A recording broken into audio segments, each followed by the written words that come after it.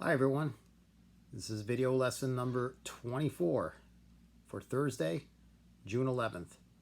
This is actually the last video lesson which any materials presented, any assignments are assigned, any links are attached. There'll be one more video next week, but there won't be any work associated with it. So, last lesson, what you learned about was that slavery was being challenged very aggressively. Some examples of that are the formation of the Republican Party, the Dred Scott decision, and the raid on Harper's Ferry by John Brown. In fact, tensions escalate to brand new levels after John Brown's raid on Harper's Ferry. This is the first time, I shouldn't say it's the first time we have violence related to slavery, because that happened in Kansas, but you actually have an abolitionist who has resorted to violence and is trying to start a slave rebellion. Also, Abe Lincoln becomes famous, and he's one of the first, if not the first politician to actually go on record and say slavery is morally wrong. So that was all last lesson, and your questions were related to that. This lesson, you're going to learn about how Southern states secede and how the Civil War starts. So before we move on, the word secession, well, secede comes from the word secession, and secession means withdrawal from the Union. When we say the Union, we're talking about the United States of America. Today we just say USA. We don't really use the word Union a whole lot, but when you hear Union, it's referring to the country, the United States. So, how did we get to secession? How did we get to war? Well, it all starts with the election of 1860, one of the biggest presidential elections in U.S. history. 4 men run for president. And the reason for that is because we have the Democratic Party, which is split into 2, Southern Democrats, Northern Democrats. You have a Constitutional Union Party, and then you have the New Republican Party. Northern Democrats run Stephen Douglas. Stephen Douglas believes in popular sovereignty. In other words, let people vote on slavery. Southern Democrats nominate John Breckinridge. He wants to uphold and protect slavery. Also, the Constitutional Union Party nominates John Bell. Now, the Constitutional Union Party had no position on slavery.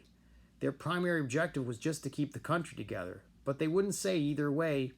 Well, they didn't have a position either way on whether slavery should be preserved or whether it should be abolished.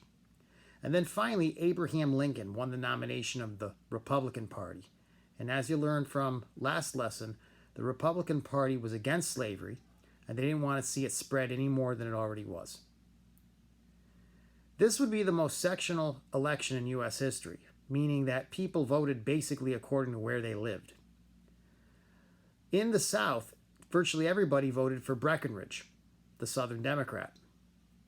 In the border states, those were the states between the northern states and the southern states, in other words, the ones in the middle, they voted for Bell, member of the Constitutional Union Party, who had no position on slavery. Stephen Douglas was the worst of all the candidates. He would only win one state, the state of Missouri. But the one who would end up winning the most and eventually becoming president was Abraham Lincoln. Abraham Lincoln wins every single northern state, and with it, the most electoral votes.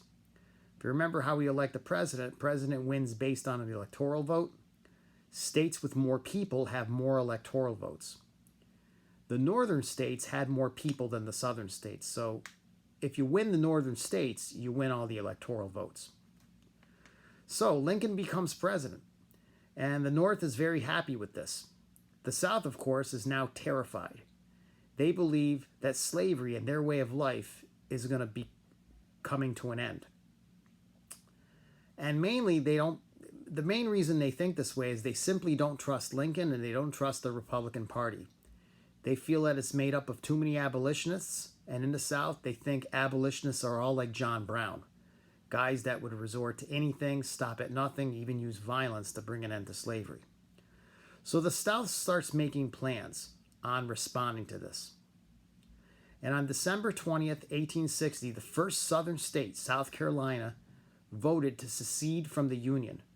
In other words, on December 20th of 1860, just a month after the election, South Carolina is no longer part of the United States. In Washington, D.C., many compromises were proposed, but they all failed. In February of 1861, several months later, the states of Texas, Louisiana, Mississippi, Alabama, Florida, and Georgia all secede. And they form what they call the Confederate States of America. They literally consider themselves a brand new country in the south of what used to be the United States. These 6 states joined with South Carolina. So the Confederate States of America were now 7 former states of the United States. Jefferson Davis, a senator from Mississippi, is chosen to be the president of this new country. The South tells the North that since the North doesn't obey the Fugitive Slave Act, and that because the North is blocking slavery in the territories and not protecting it, they believe they have the right to break away from the country. Lincoln responded to this, of course.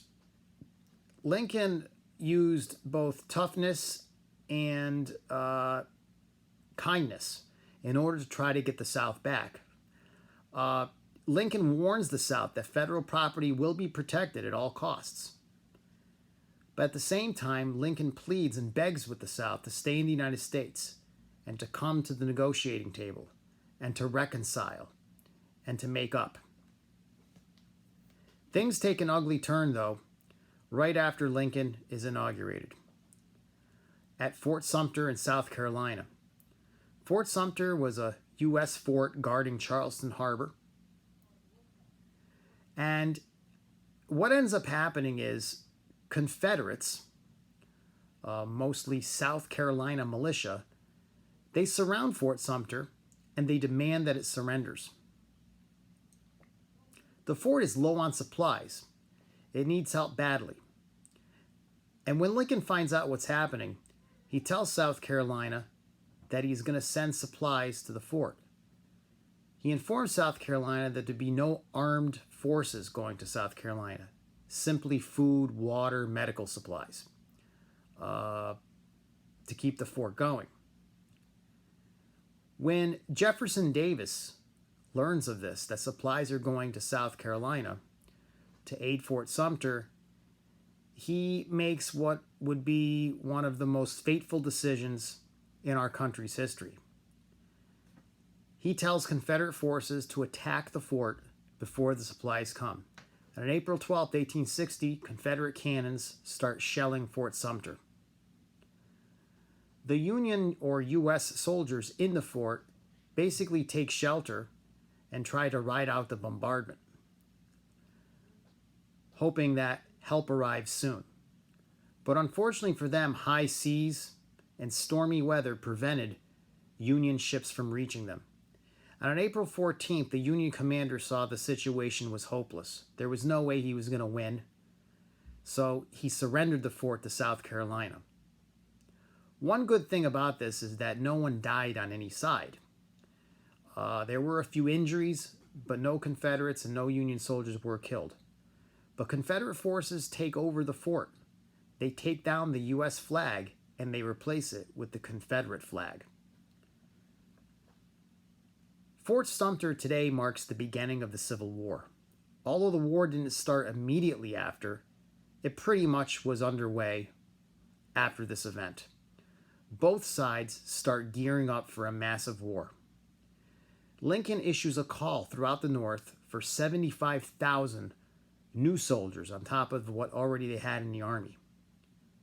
Very quickly, 75,000 men joined the Union Army. In the South, more southern states secede and joined the Confederate States of America. Virginia, North Carolina, Tennessee, and Arkansas joined the Confederacy. And that brings the Confederate States of America to 11 states. So after Fort Sumter, both sides prep, they build up for war, and the first real battles of the Civil War would begin in July,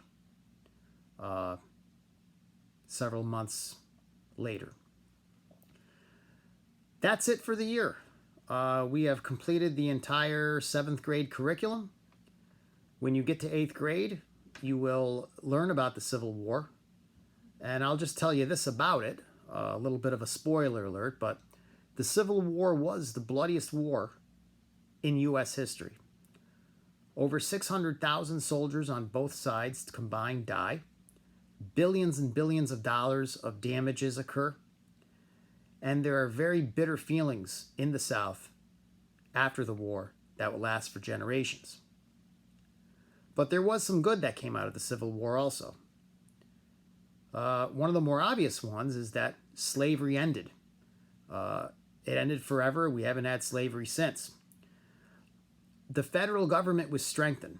The Civil War taught states in the South or anywhere in the United States that you just can't do whatever you want. You can't just break away because you don't like a decision. And probably the most important result of all is that the United States is preserved. Our country survives. And it actually grows. And after the Civil War, becomes much stronger. So there you have it. That's the last video lesson.